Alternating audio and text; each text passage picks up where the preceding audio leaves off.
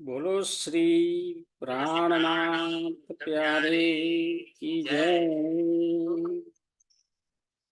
वंदो सतगुरु चरण को, करु धन प्रेम प्रणाम। और शुभ हरण मंगल धनी देव चंद्र जी नाम। श्री प्राणनाथ निज मूलपति, श्री महराज सुनाम। तेज कुंवर श्याम जुगल को, पल पल करू प्रणाम। प्रेमी जी माता पल पल करू प्रणाम। बोलो श्री प्राणनाथ प्यारे की जय। चर्चा प्रारंभ होत है, सुनो साथ चित दई।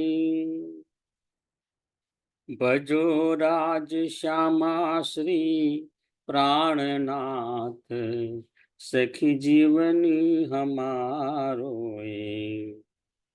श्री महामत कहे साध जी, बया चर्चा का वक्त। अब तुम सुनियो चित दे, लाला आए बैठे तखत। लाला आए बैठे तखत। बोलो श्री प्राणनाथ प्यारे की जय। पूर्ण ब्रह्म सच्चिदानंद स्वरूप धामधनी से अक्षरातीत परमात्माની અસીમ અસીમ કૃપાથી સદગુરુ મહારાજના અપાર અપાર આશીર્વાદથી આપણે શ્રી વિતક સાહેબની ચર્ચામાં ત્રીજા કાળમાયાના બ્રહ્માંડમાં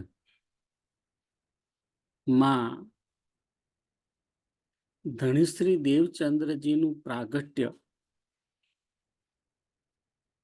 સુધી આવી ગયા છે. આ ત્રીજું કાળમાનું બ્રહ્માંડ બન્યું, જેમાં જાગણી લીલા થઈ રહી છે. તો વિતક સાહેબની અંદર ખાસ કરીને આ શ્રી દેવચંદ્રજીની વિતક,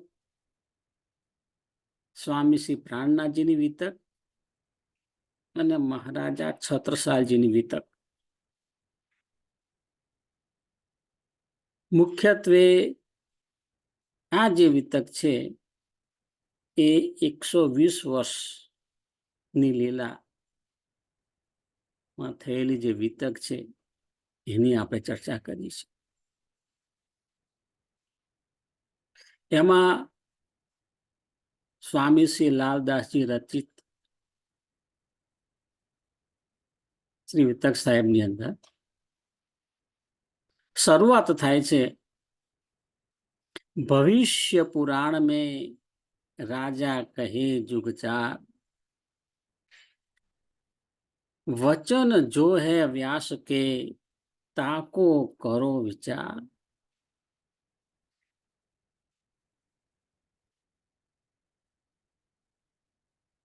સતયુગ, પછી દ્વાપર યુગ, ત્રેતાયુગ અને કળયુગ. અને કળયુગની જે શરૂઆત થઈ ત્યારથી ભવિષ્ય પુરાણની અંદર જે રાજાઓ થઈ ગયા એની ચર્ચા કરી છે. તો સ્વામી શ્રી લાલદાસજીએ તેનો પણ ઉલ્લેખ કર્યો છે કે કયા કયા રાજા થઈ ગયા.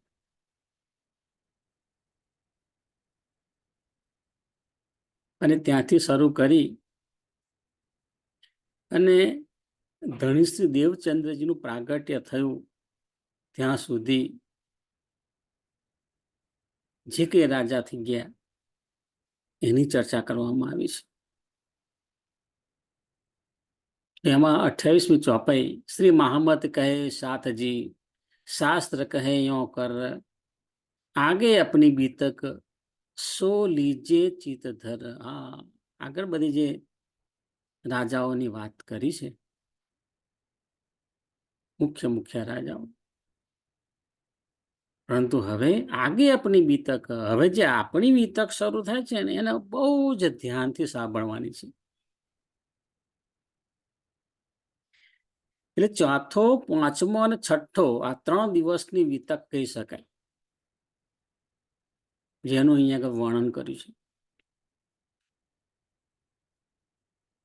સ્વામી શ્રી લાલદાસજી કહે છે, અબ કહું ફેર કે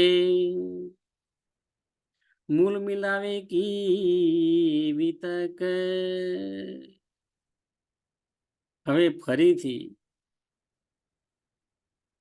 મૂલ મિલાવાની જે વિતક છે ત્યાંથી શરૂઆત કરું છું. જે આપણે જોઈ ગયા, મૂલ મિલાવાથી શરૂઆત કરી, ત્યાંથી પ્રથમ કાળ માયાના બ્રહ્માંડમાં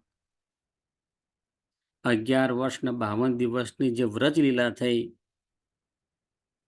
એ પ્રથમ દિવસ કહેવામાં આવે છે, એને વ્રજ લીલા કહેવામાં આવે છે. ત્યારબાદ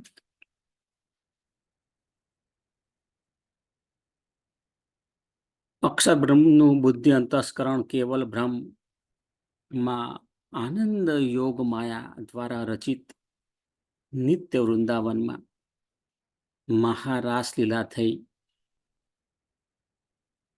એ બીજા દિવસની વિતક.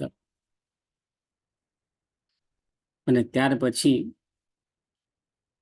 યુગલ સ્વરૂપ અને પરમધામની બ્રહ્માંગનાઓ મૂળ મિલાવામાં જાગૃત થાય છે, અને બ્રહ્માંગનાઓ ફરીથી દુઃખરૂપી માયાનો ખેલ જોવાની માગણી કરે છે. અને ત્યારબાદ આ ત્રીજા કાળ માયાના બ્રહ્માંડમાં, જાગણી લીલાના બ્રહ્માંડમાં શ્યામા મહારાણી અને બ્રહ્માંગનાઓની સુરતા માયાનો ખેલ જોવા માટે આવે છે. જેસી આજ્ઞા ધની કી, એ જે આખી વિતક છે, સો બાતે બુજરક, બહુ જ રહસ્યમય આ વિતક છે. એ ધનજીની આજ્ઞા પ્રમાણે હું કહું છું.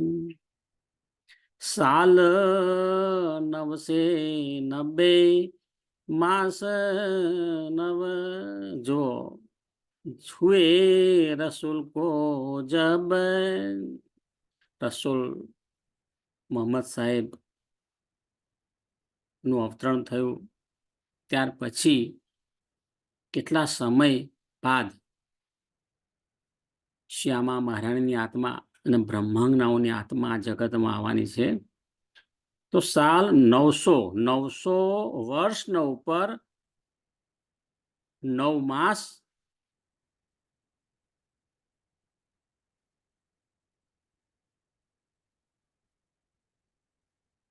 અને એની ઉપર 9 દિવસ, 900 વર્ષ, 9 માસ, 9 દિવસ, આટલો જ્યારે સમય થયો, ત્યારે રૂહલ્લા મિસલ ગાજીઓ, સૈયા ઉતરે તબ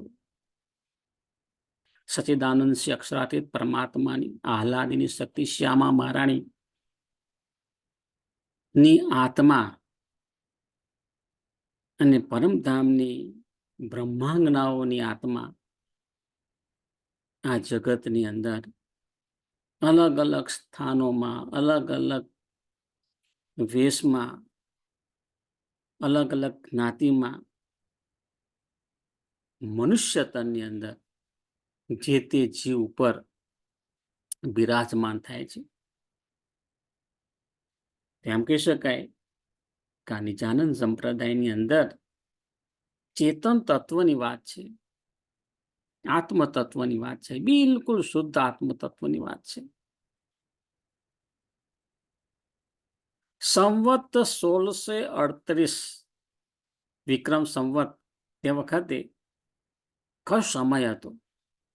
વિક્રમ 1638. આસો સુદ 14 ધનસિંહ દેવચંદ્રજીના પ્રાગટ્યનો સમય છે, બરોબર યાદ રાખવાનું છે. વિક્રમ સંવત 1638, આસો સુદ 14, જન્મે દિન શ્રી દેવચંદ્રજી, ધનસિંહ દેવચંદ્રજી ના તન નો જન્મ થયો. આએ પ્રગટે મારવાડ દેશ, અત્યારે આ જે દેશ છે મારવાડ એ પાકિસ્તાન પ્રદેશની અંદર મોજૂદ છે. અને ત્યાં પણ જે મંદિરો છે એ મંદિરના આપણને અમુક વખતે ફોટોગ્રાફ જોવા મળે છે. હવે એની બાજુમાં એક ચિત્ર બતાવ્યું છે કે એની ટૂંકાણમાં વાત કરીએ કે વિક્રમ સંવત 1638માં ધનસિંહ દેવચંદ્રજી ના માતા પિતા એ મારવાડ દેશમાં રહેતા હતા.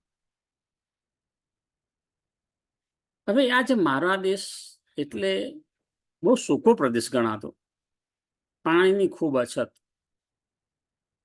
બીજું કે ત્યાં હિન્દુ લોકોની વસ્તી બિલકુલ નહિવત બરાબર.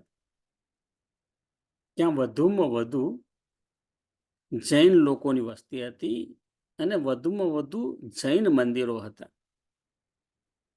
અને એમાં આ ચુસ્ત સનાતની હિન્દુ ધર્મનું આ કુટુંબ રહેતું હતું.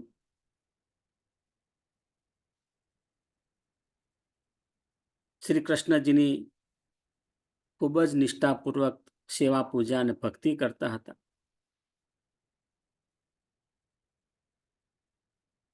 હવે થયું એવું કે તે વખતે ભર બપોરે હિન્દુ સાધુઓ, 3 હિન્દુ સાધુઓ ફરતા ફરતા ત્યાં આવી પહોંચ્યા.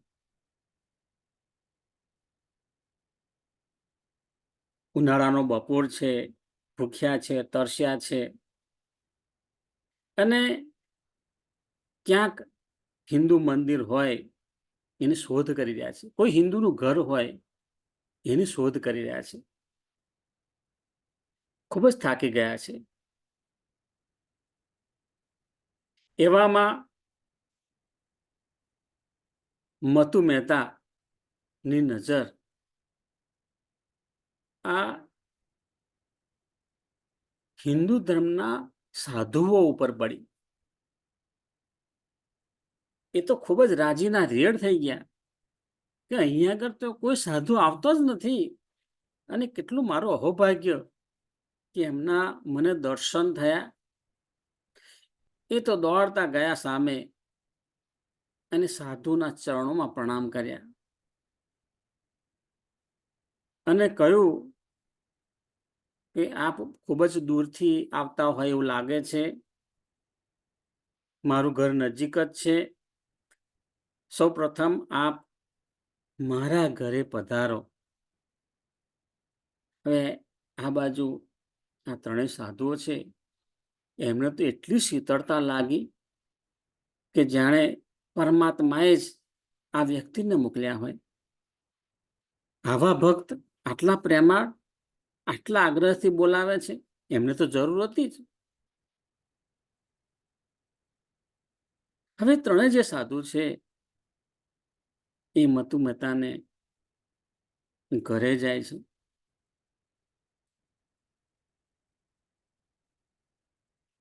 તેમના માટે ખૂબ જ સ્વાદિષ્ટ રસોઈ બનાવવા માટેની સૂચના આપી દેવામાં આવે છે. આ બાજુ 3 સાધુ સંપૂર્ણ રીતે ઠંડુ પાણી પી, નાહી ધોઈને એકદમ ફ્રેશ થઈ અને બિરાજમાન થાય છે. માતાજી સ્વાદિષ્ટ રસોઈનો થાળ ધરાવી અને ત્યારબાદ 3 સાધુને ખૂબ જ પ્રેમપૂર્વક, આદરપૂર્વક જમાડે છે.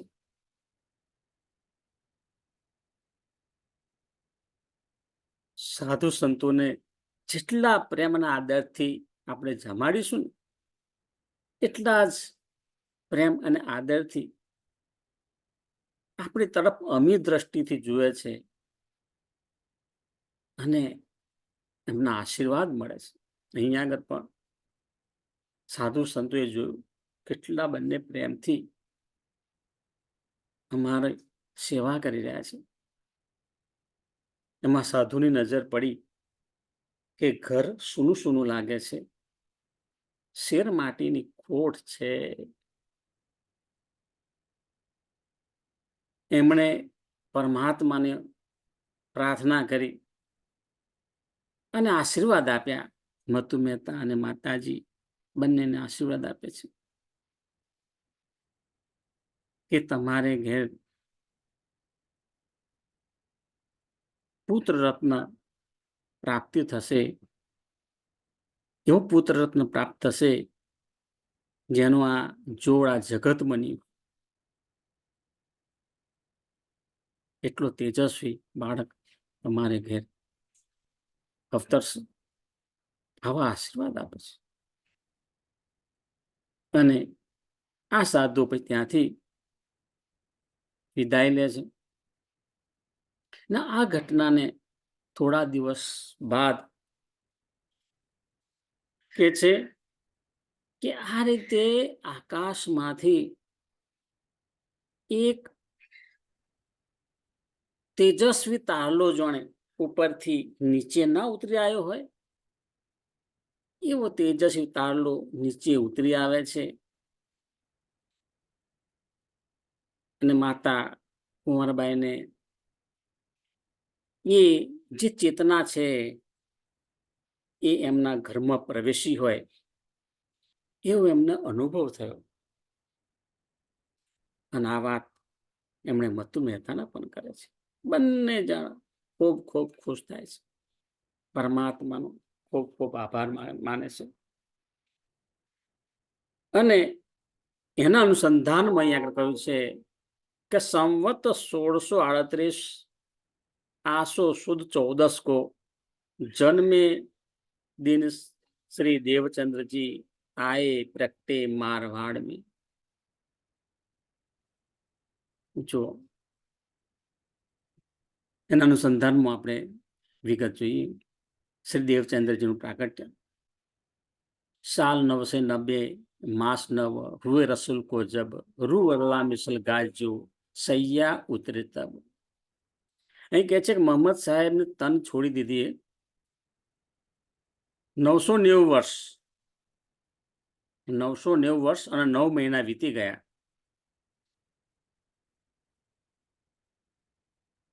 હા, અહીં આગળ થોડો સુધારો હું જે બોલ્યામાં કરવાનો છે કે 990 વર્ષ ને ઉપર 9 મહિના વીતી ગયા.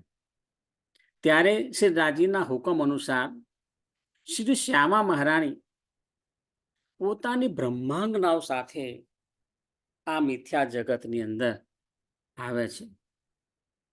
જુઓ, આ જે સુરતા આવે છે એ પોતે જન્મ લેતા નથી, પરંતુ જે મનુષ્ય તન છે, જેમાં જીવ છે, એની ઉપર આવી અને બિરાજમાન થાય છે.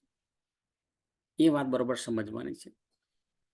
વિક્રમ સંવત 1638 આસો સુદ 14 ના રોજ શ્રી દેવચંદ્રજીનો જન્મ મારવાડમાં થયો. તેમના તનમાં શ્રી શ્યામા મહારાણી આત્મા આવી. આ જો આ વાત સમજવાની છે કે એ શરીર અહીંનું છે, એની અંદર જે જીવ છે એની પણ વાત આગળ આવશે કે દેવાપી રાજાએ પણ તપશ્ચર્યા કરીને વરદાન માગ્યું અને એમનો જીવ છે એની અંદર ખૂબ જ પવિત્ર અને ઉત્તમ જીવ. અને આ જીવ ઉપર શ્યામા મહારાણીની સુરતા આવીને બિરાજમાન થાય છે. તો દેવચંદ્રજીનું સ્વરૂપ, અંદરનું સ્વરૂપ અને બહારનું સ્વરૂપ બંને જુદું છે. તેમના દેહમાં દેહ છે, બાહ્ય સ્વરૂપ છે, પણ એમની અંદર જે જીવ છે એ દેવાપી રાજાનો હતો.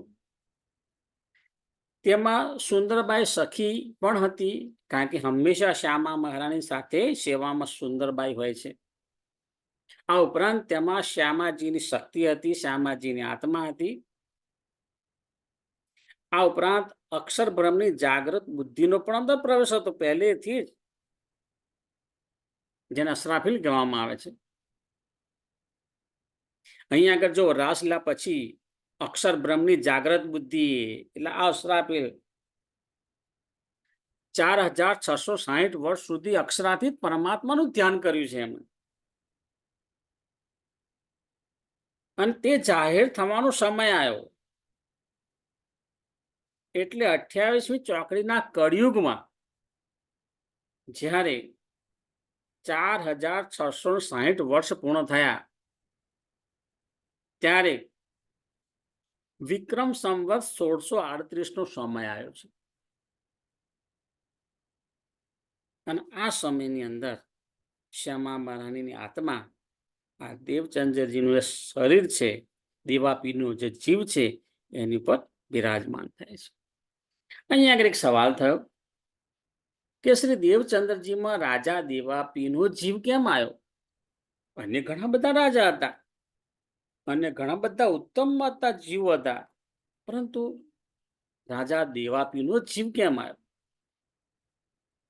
તો એની સમજૂતી મહારાજજી આપે છે કે જે ભીષ્મ પિતામહ ના પિતાનું નામ હતું શાંતનુ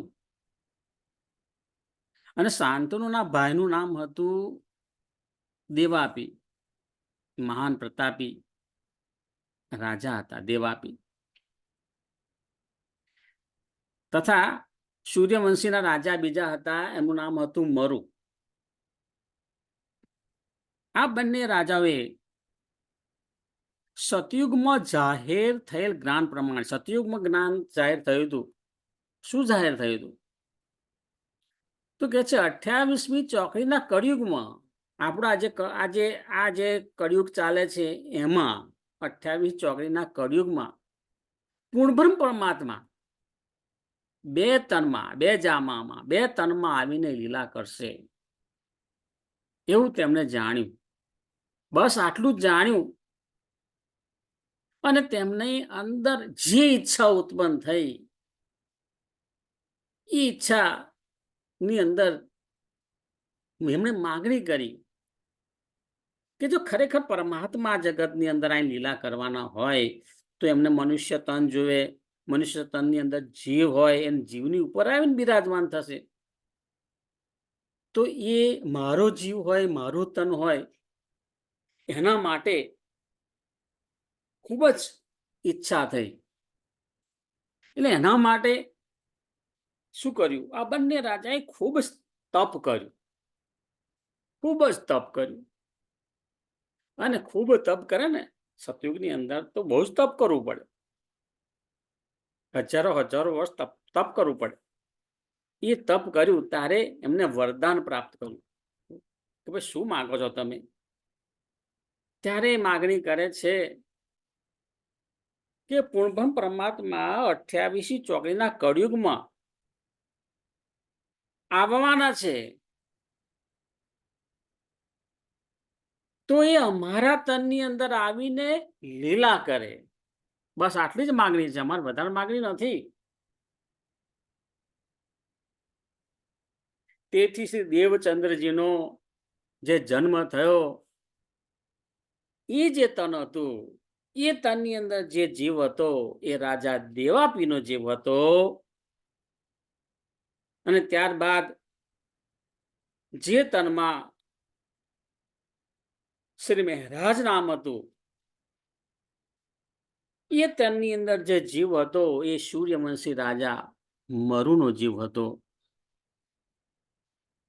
તો મહારાજની અંદર પૂર્ણબ્રહ્મ પરમાત્મા શ્રી રાજજી મહારાજની આવેશ શક્તિ આવી અને લીલા કરે છે. અને અહીં આગળ રાજા દેવાપીનો જે જીવ હતો એની ઉપર પરમધામની પરમાત્માની આહલાદની શક્તિ શ્યામા મહારાણી ની સુરતા આવી અને બિરાજમાન થાય છે. અને આ જ સુરતા બિરાજમાન થાય છે, એની સાથે બધી શક્તિઓ આવીને બિરાજમાન થયેલી હોય છે. પરંતુ એની જે લીલા છે એ સુષુપ્ત છે, જે તે સમયે એની લીલા જોવા મળશે.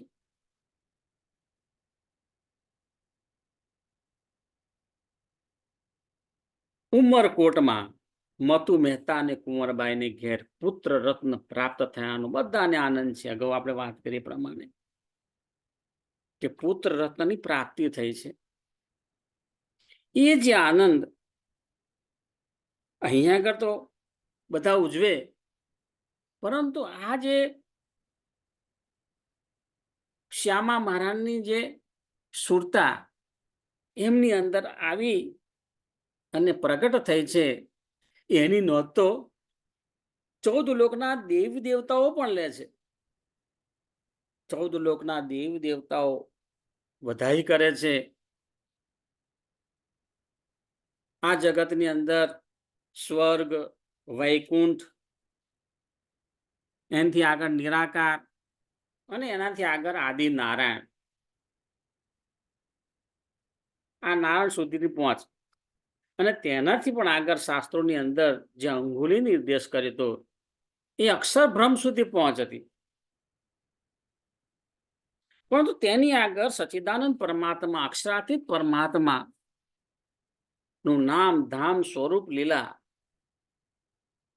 એનું જ્ઞાન આપણી આ જગતની અંદર નહોતું. સ્પષ્ટ કહ્યું છે અહીંયા તેનું આગળનું જ્ઞાન ન હતું, અને તેની આગળનું જ્ઞાન એ સચ્ચિદાનંદ પરમાત્મા નું કેવું સ્વરૂપ છે, કેવી લીલા છે, એમનું ધામ કેવું છે, એ પરમાત્માને કઈ રીતે પ્રાપ્ત કરી શકાય, એના માટે સરળમાં સરળ માર્ગ કયો છે,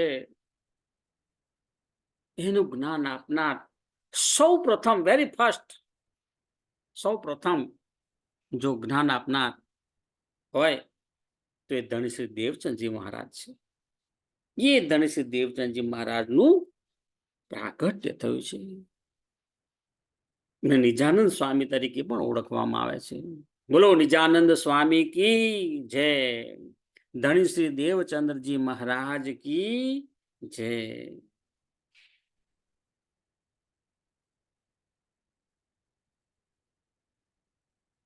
અહીં આગળ જે વેદ અને કતેબની અંદર આપણે જોઈએ છે કે શબ્દોમાં ફેર છે.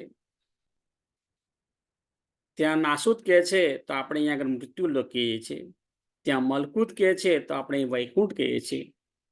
ત્યાં જબરૂત કહે છે તો આપણે અહીંયા અક્ષરધામ કહીએ છીએ. અને ત્યાં લાહુત કહે છે તો આપણે અહીંયા આગળ પરમધામ કહીએ છીએ. એ સચ્ચિદાનંદ પરમાત્માનું ધામ, પરમધામ. એ પરમધામની જે શ્યામા મહારાણી ની જે સુરતા છે, આત્મા છે, એ દેવચંદ્રજીના તનની અંદર આવેલ દેવાપીના શિવ ઉપર બિરાજમાન થઈ અને લીલા કરશે. અને તેની સાથે સાથે આ જગતની અંદર અલગ અલગ પ્રદેશમાં, અલગ અલગ વેશમાં, અલગ અલગ જાતિમાં પરમધામની આત્માઓ પણ આવે છે. પરમધામની અંદર આ જે બ્રહ્માંગ નામનું નુરીતન છે ને પર આત્મ કહેવામાં આવે છે. અને પર આત્મની સુરતા જગતની અંદર આવે છે, એના આત્માઓ કહેવામાં આવે છે, અથવા તો સુરતાઓ કહેવામાં આવે છે. વાણીની અંદર પણ અલગ અલગ શબ્દો છે એના માટે. બ્રહ્માત્માઓ પણ કહેવામાં આવે છે, બ્રહ્માંગનાઓ પણ કહેવામાં આવે છે. કેટલા કેટલા પ્રેમાળ શબ્દો છે. સૈયા સૈયા સૈયા કરી અને મહામતી શ્રી પ્રાણનાથજી ઉલ્લેખ કરે છે. સખીઓ કહીએ છીએ, બ્રહ્મ સૃષ્ટિ કહેવામાં આવે છે, મોમીન કહેવામાં આવે છે, સુહાગ કહેવામાં આવે છે. જેમના દુલ્હા છે ધણસી, ધામના ધણી સચ્ચિદાનંદ અક્ષરાતીત પરમાત્મા, જેની શક્તિ ધણસી દેવચંદ્રજીમાં આવી, ત્યાર પછી શ્રી મહારાજની અંદર આવી, જેમને સ્વામી શ્રી પ્રાણનાથજી તરીકે આપણે ઓળખીએ છીએ. એ ધામધણી, એ જે આવેશ શક્તિ છે, આવેશ શક્તિમાં આપણું કોન્સન્ટ્રેશન કરીએ છીએ. અને વાણીની અંદર આ બ્રહ્માંગનાઓ માટે લાડલિયા જેવો શબ્દ પણ છે. કેટલા લાડલિયા લાવતી, કેટલો પ્રેમાળ શબ્દ છે. આપણું હૃદય છે ને પ્રેમથી ગદ થઈ જાય. લાડલિયા લાહુતી, એવા જુદા જુદા નામ આપ્યા છે. અને એ બીજું કોઈ નહીં પરંતુ આપણું જે આ 5 તત્વોનું શરીર છે, એની અંદર પણ જીવ છે. અને આ જીવ પર પરમધામની સુરતા આવી અને બિરાજમાન થઈ અને આ જગતની અંદર દુઃખરૂપી માનો ખેલ જોઈ રહી છે. ખેલ જોવામાં વધુ નથી, પરંતુ પોતાના મૂળ ધણી, મૂળ સ્વરૂપ અને મૂળ ધામને ભૂલી જવું એ મોટામાં મોટી ભૂલ છે. અને એ જાગૃત કરવા માટે કોણ જાગૃત, એમને જાગૃત કોણ કરી શકે? સચ્ચિદાનંદ પરમાત્મા પોતે અહીંયા આગળ આવેશ રૂપે આવે છે અને આ વાણી લાવે છે. અને વાણીના માધ્યમથી, સદગુરુની કૃપાથી આપણે જાગૃત થઈ રહ્યા છીએ. ફક્ત જાગવાનું છે. નિત્યાનંદ સંપ્રદાયની અંદર બહુ સરળમાં સરળ છે. કોઈ કષ્ટ વેઠવાનું નથી. સમજવાનું છે, સાંભળવાનું છે, સમજવાનું છે, ચિંતન કરવાનું છે. એકવાર આપણી જાગૃતિ થઈ ગઈ ને પછી એની જાતે જ બધા સદગુણો આપણી અંદર આવે છે. ચિંતન કરવું પડતું નથી, અનાયાસ સહેલાઈથી ચિંતન થતું હોય છે. સેવા પૂજાની અંદર દોડી દોડીને જવાનું મન થાય. બસ એકવાર જાગૃતિની જરૂર છે. આ જાગણી લીલાના બ્રહ્માંડની અંદર 120 વર્ષની આ વિતક સ્વામી શ્રી પ્રાણ લાલદાસજીએ આપણને બતાવી છે.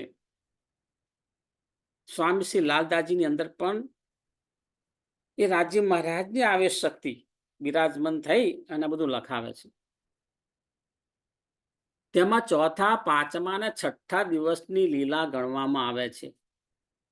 જો કુલ 7 દિવસ છે, પહેલો, બીજો અને ત્રીજો, એનું આપણે ચર્ચા કરી. પણ સૌથી વધારે વિતકની અંદર જો ચર્ચા કરવામાં આવી હોય તો ચોથો, પાંચમો અને છઠ્ઠો ધરણસિંહ દેવચંદજી, સ્વામી શ્રી પ્રાણનાથજી અને મહારાજા છત્રસાલજી. અત્યારે છઠ્ઠો દિવસ જ ચાલી રહ્યો છે એમ કહીશું, કારણ કે સુંદર સાતની જાગણી થઈ રહી છે. અને 7મો દિવસ એટલે 7મા દિવસમાં તો આપણે પરમધામની અંદર જાગૃત થવાનું છે. મૂળ તળની અંદર જાગૃત થવાનું છે. વિક્રમ સંવત 1638 થી લઈ વિક્રમ સંવત 1758 સુધી 120 વર્ષની જે લીલા છે એને 120 વર્ષ પૂર્ણ થાય છે. 1638 થી લઈ અને 1758 સુધી. અને એ દરમિયાન શું થયું, કઈ કઈ લીલાઓ થઈ, બધું મહામતી શ્રી લાલદાસજી આપણને ખૂબ જ પ્રેમથી ભાવથી સમજાવે છે. બોલો શ્રી પ્રાણનાથ પ્યારે કી જય, સદગુરુ મહારાજ કી જય, કૃષ્ણ કનૈયા લાલ કી જય. પ્રણામ સુંદર સારજીના ચરણોમાં મારા કોટાનુકોટી પ્રણામ.